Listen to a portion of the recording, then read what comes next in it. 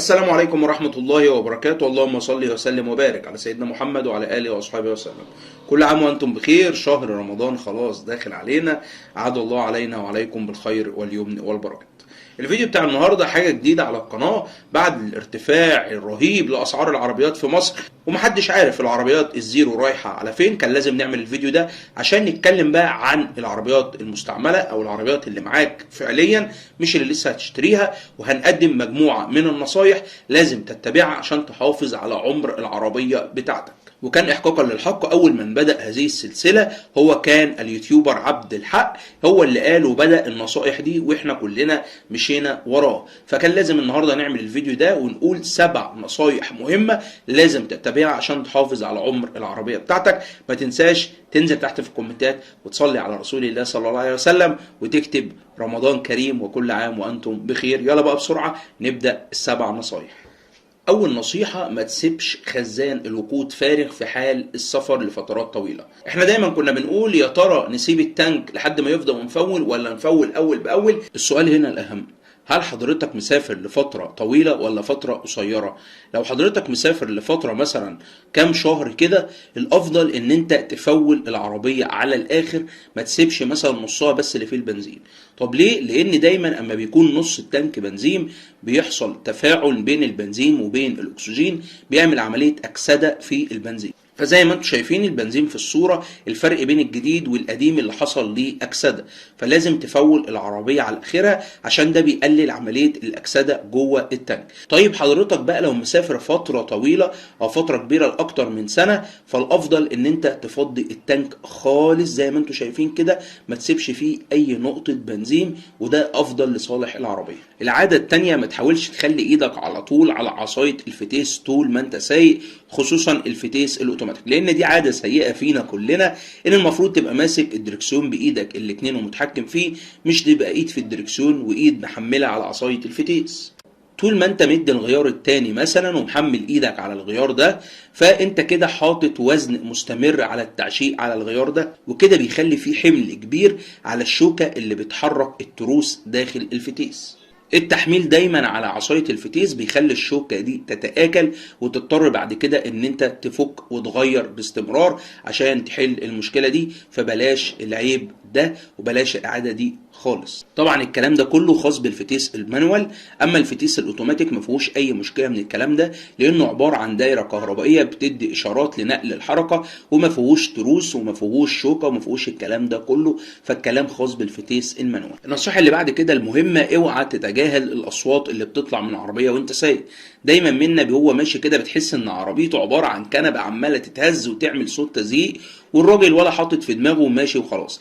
الاصوات دي بتبقى بدايه مشاكل بتبتدي بعد كده تتفاقم ويحصل مشكله اكبر، فانت بغنى عنها. اي صوت يصدر من العربيه لازم تتابع مصدره بدقه لحد ما تعرف ايه هو وتعرف ايه المشكله وتبدا في حل المشكله دي. وطبعا مش محتاج اقول لك لو لا قدر الله حصل اي اصوات على العربيه وانت مسافر، لازم تركن على جنب بسرعه وتنزل وتتابع الصوت ده جاي منين، ولو معرفتش توصل لحل لازم تكلم حد عنده خبره يحل لك المشكله دي دايما. وطبعا الكلام اللي بقوله ده للاصوات الغريبه او الجديده عليك، اما الاصوات اللي انت متعود عليها زي تزييق البيبان او الازاز او الهواء او الشبابيك، كل ده مفيش منه اي مشكله.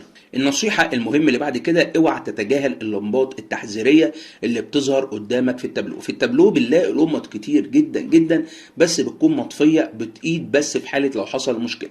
اتعود دايما ان عندنا اكتر من لون للمراحل بتاعه الخطر، الازرق والاخضر معناه ان مفيش مشكله والدنيا طبيعيه، اما الانوار التحذيريه باللون الاصفر معناه ان في مشكله، انتبه، ولكن ممكن تكمل مشوارك لحد ما تقف وبعد كده تكشف على المشكله، زي اللمبات مثلا بتاعه البطاريه او فرامل ال ABS او اي حاجه من الحاجات دي اللي بتقيد باللون الاصفر. اما اللون الاحمر لو ظهر معناه اقف حالا، ما ينفعش تستخدم العربيه ولا تمشي بيها تاني لحد ما تحل المشكله، زي الحراره او الفرامل او الدينامو او الزيت او خصوصا لمبه الفتيس في العربيات اللي الفتيس بتاعها فيه مشاكل في الكليتشات والكلام ده. لو ظهرت لك لمبه الفتيس ان في مشكله اقف بالعربيه، لازم تقف في الحال ما تمشيش عليها. النصيحه المهمه اللي بعد كده: بلاش تقعد تجري وتشد وتفرك بالعربيه مع اصحابك، لان الكلام ده بيأثر من عمر المحرك، الفتيس الفرامل، الاطارات، كل حاجه في العربيه. وكمان بيزود معدل حرق البنزين جدا.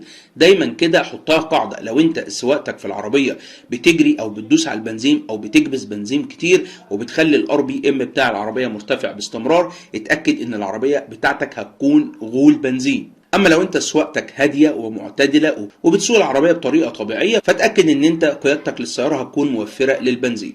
دايما في عربيات في الاصل ان هي موفره في البنزين ونلاقيها مع الناس انها بتحرق بنزين اكتر، ده دايما بقول له طريقه القياده بتاعتك مش مظبوطه، بتدوس بنزين او بتعلي لفات الار بي ام. حاول طول الوقت وانت ماشي يكون الار بي ام بتاعك ما بين ال2.5 وال3 على اقصى تقدير. النصيحه المهمه اللي بعد كده، اوعى تهمل موضوع فرامل اليد.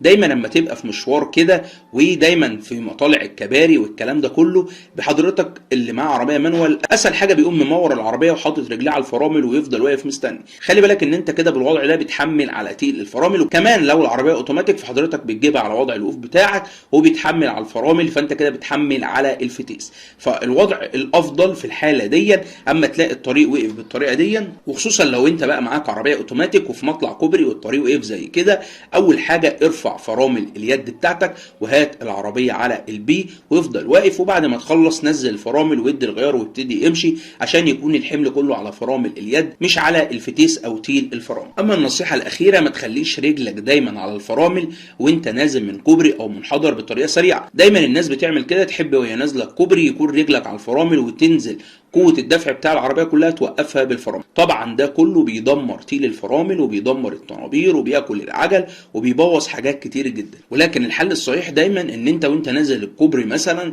على السرعة جايب مثلا ماشي على الغيار الثالث، فالافضل ليك ان انت تنزل نمرة على الغيار الثاني فتحكم المحرك شوية وما تخافش اما الصوت يعلى بتاع الموتور، مفيش اي مشكلة طالما بتنزل خطوة خطوة. وبعد ما بتدي الغيار والعربية تبتدي تكلبش، تبتدي بقى تستخدم الفرامل بطريقة بسيطة. ده طبعا بيطول عمر تيل الفرامل والطنابير والكاوتش وزيت الفرامل وحاجات كتير جدا، لو باظت هتكلفك كتير وانت في غنى عن كل الكلام ده. في النهايه كان في نصايح كتير جدا لازم نتكلم عليها، وان شاء الله هنعمل عنها حلقات الفتره الجايه. هنبتدي نتكلم عن نصايح مهمه ازاي تعملها وتستفيد بيها عشان تطول عمر العربيه بتاعتك بعد غلاء الاسعار الرهيب ده. فان شاء الله انتظرونا في مجموعه حلقات شيقه في شهر رمضان الكريم، هنتكلم فيها عن كل حاجه واعطال وحلول وكل الريفيوهات الجديده للعربيات الجديده والمقارنات اللي انتم بتستنوها من حين للتاني. جمعنا الله واياكم في جنة عرضها كعرض السماوات والارض، والسلام عليكم ورحمة الله وبركاته.